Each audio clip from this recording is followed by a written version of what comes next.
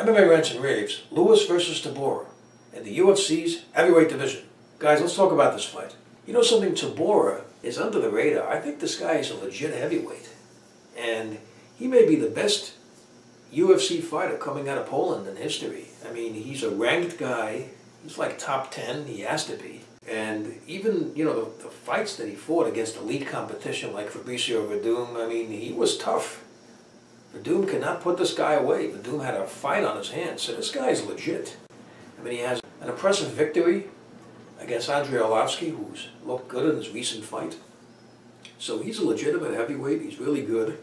And why is he good? I think, number one, he has a great chin. I mean, this guy can take a lot of punishment. Look at the fight against Werdum. Arlovski hit him. I mean, these are hard hitters, and he just keeps coming at you. I mean, he's big, he's strong, he has good grappling. And as far as Lewis is concerned, Lewis has surprised a lot of people. I mean, he's been getting better and better. His conditioning was a real factor as far as improving that to his success. And what's interesting here is you have to look at styles making fights, right? And for Lewis, he's done well against guys that try to take him down, and he's done well against guys that can't deal with his power. And especially when he takes a guy down and he gets him out. I mean, that is a dangerous place to be against a guy like this.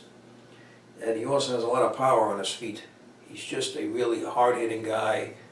He's really big, really strong. However, Tybura has a great chin, so, you know, this is a guy who may be able to absorb Lewis's shots. And if he can absorb Lewis's shots, that means he can have a more well-rounded game because he's a better wrestler than Lewis. We've seen it. Just watch his fight against Andrei Arlovski. You know, Lewis doesn't have the wrestling ability that Tybura has. He hasn't displayed that. So it might be like kind of a fight that he had against Roy Nelson, which he won, but that was very close. I mean, I thought Nelson won that fight. But then again, it was very close. So it has a potential to be something like that. However, Tybura is a bigger guy. He may have an advantage there. Tybura is a big heavyweight. So that might be a situation where his takedowns will be more of a factor. And like I said, the guy can absorb a lot of punishment. So if Lewis hits him with something and he can take it, the fight may come down to grappling, and Tybura, if he could win the grappling exchange, then he could win.